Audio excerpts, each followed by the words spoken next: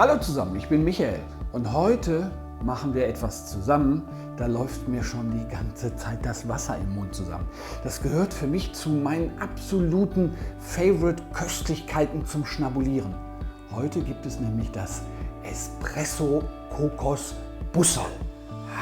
Ich freue mich riesig drauf. Was haben wir alles dabei? Was brauchen wir? Als allererstes natürlich die Kokosraspel. Hier 180 Gramm. Dann brauchen wir als nächstes Kokosöl, 80 Gramm, damit ihr es euch einigermaßen einfach merken könnt. 180 Gramm Schokolade oder Kuvertüre. Eine Prise Salz kommt auch mit dazu. Vanilleschote, dann nehmen wir das Mark heraus. Wir haben 30 Gramm Zucker, hier in Rohrohrzucker. Wir brauchen natürlich einen köstlichen Espresso, richtig kräftigen, deftigen. Und wir brauchen so drei Löffel Wasser, damit wir nämlich jetzt gleich eine schöne, geschmeidige Paste machen können. Los geht's! Alles, was ihr hier übrigens seht, ist natürlich, selbstverständlich, Bio-Qualität, ist mir einfach ganz, ganz wichtig. So, ich fange mal mit der Vanilleschote an. Die halbiere ich einfach der Länge nach. Also ich schneide sie so auf. So, dafür also ein spitzes, scharfes Messer, das hilft. So, und dann habt ihr die, wenn ihr die einmal aufgeschnitten habt, dann ist das ganz einfach. Messer gegenhalten und die Schote so entlang ziehen und dann seht ihr hier, habt ihr direkt das Mark da drauf. So, jetzt haben wir wirklich alles raus. Dann hole ich mir schon mal meinen Topf. Einen schönen alten Kessel. Naja, Kessel ist es nicht, aber eigentlich so ein größerer Krug. Ein größerer Krug.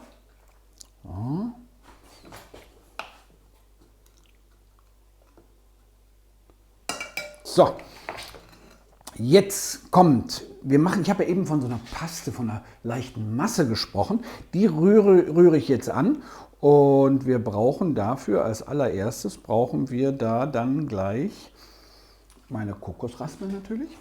Die kommen jetzt schon mal hier rein. So, einfach zack, alles rein. So, jetzt haben wir die Kokosraspeln. Dann kommt der Zucker mit rein. Jetzt kommt mein Kokosöl. Einmal anmachen. Einmal das Kokosöl da rein.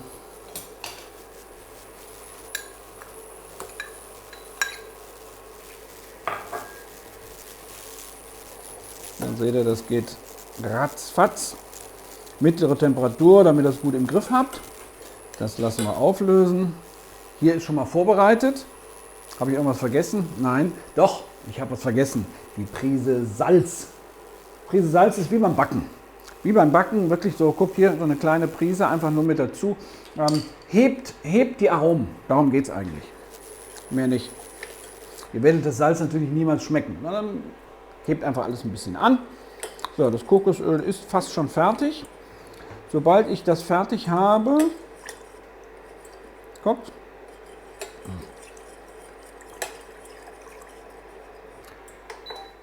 So, und jetzt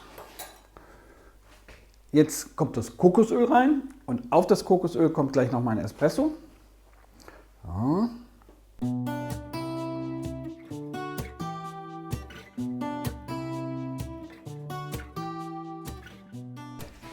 Espresso hatte ich eben ja schon was dazu gesagt. Ich mag das, so einen kräftigen, knarzigen Espresso. Tipp von mir, ich habe jetzt hier so einen 100% Robusta aus Indien. Das ist echt, der ist so mundvoll, mundsatt. Das passt einfach wunderbar, dieses kernige, würzige zur süßen, saftigen Kokosnuss. Das gefällt mir sehr, sehr gut, ist ein schönes Aroma und der kommt jetzt, zack, auch noch mit dazu.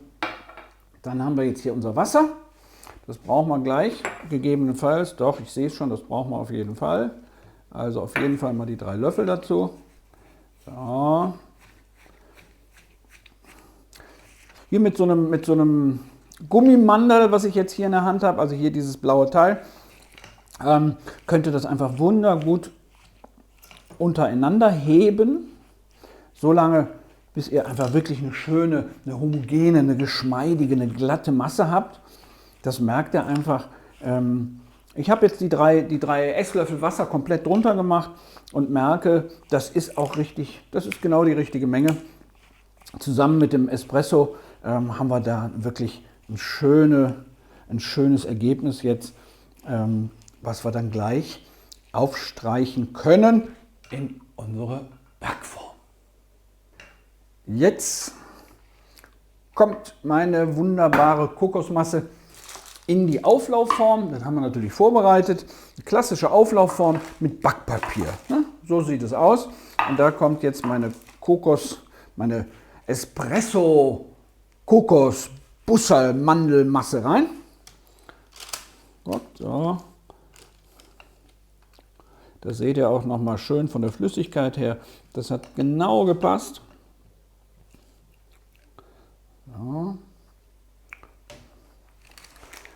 Das streicht ihr dann gleichmäßig dort in die Form ein. Und das kommt jetzt in den Tiefkühler. 40, 45 Minuten und dann geht's weiter. Ich freue mich, wenn ein Plan gelingt. Und der hier hat mal wieder geklappt, ist gelungen. Das ist die Masse nach ungefähr 45, 50 Minuten. Und die schneide ich jetzt als erstes mal. Also ich mache da so kleine Quadrate Bussal draus. Ich muss jetzt mal gucken, das müsste eigentlich genau so hinkommen.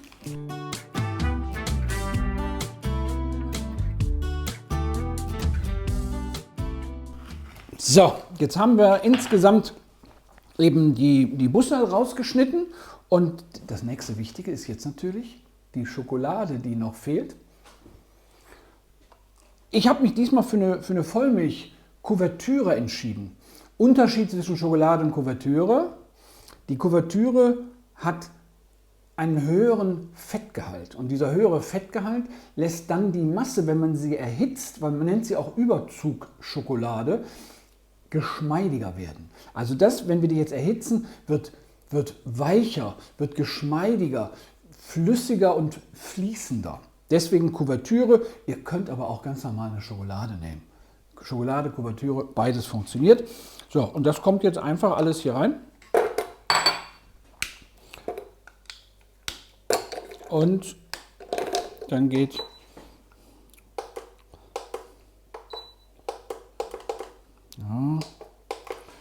wenn ich dann jetzt hier die Temperatur auch noch ankriege. So. Jetzt geht's los.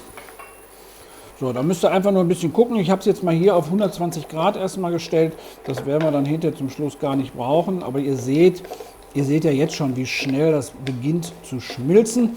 Also da ein bisschen drauf achten. Ich mache es jetzt noch ein Stück höher. Warme Schokolade gibt schon ganz schön eine Menge an Aromen ab. Ja. Also jetzt ein bisschen eben runter mit der Temperatur, oder um nicht zu sagen deutlich runter von der Temperatur, weil wir wollen ja nicht, dass es verbrennt.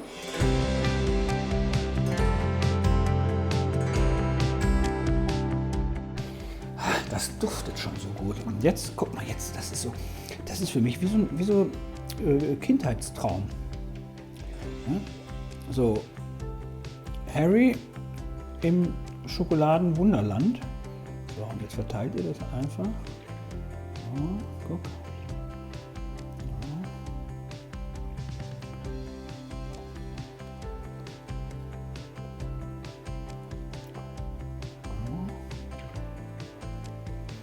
Jetzt haben wir eigentlich genügend drauf. So. Und das könnt ihr jetzt noch mal so schön mit dem Löffel verteilen.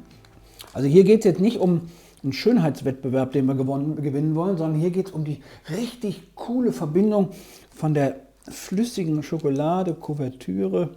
Dann nehmen wir hier noch so ein bisschen die Reste aus dem Topf und dann sind wir eigentlich hier fertig. Jetzt habe ich noch 2 Tipps für euch.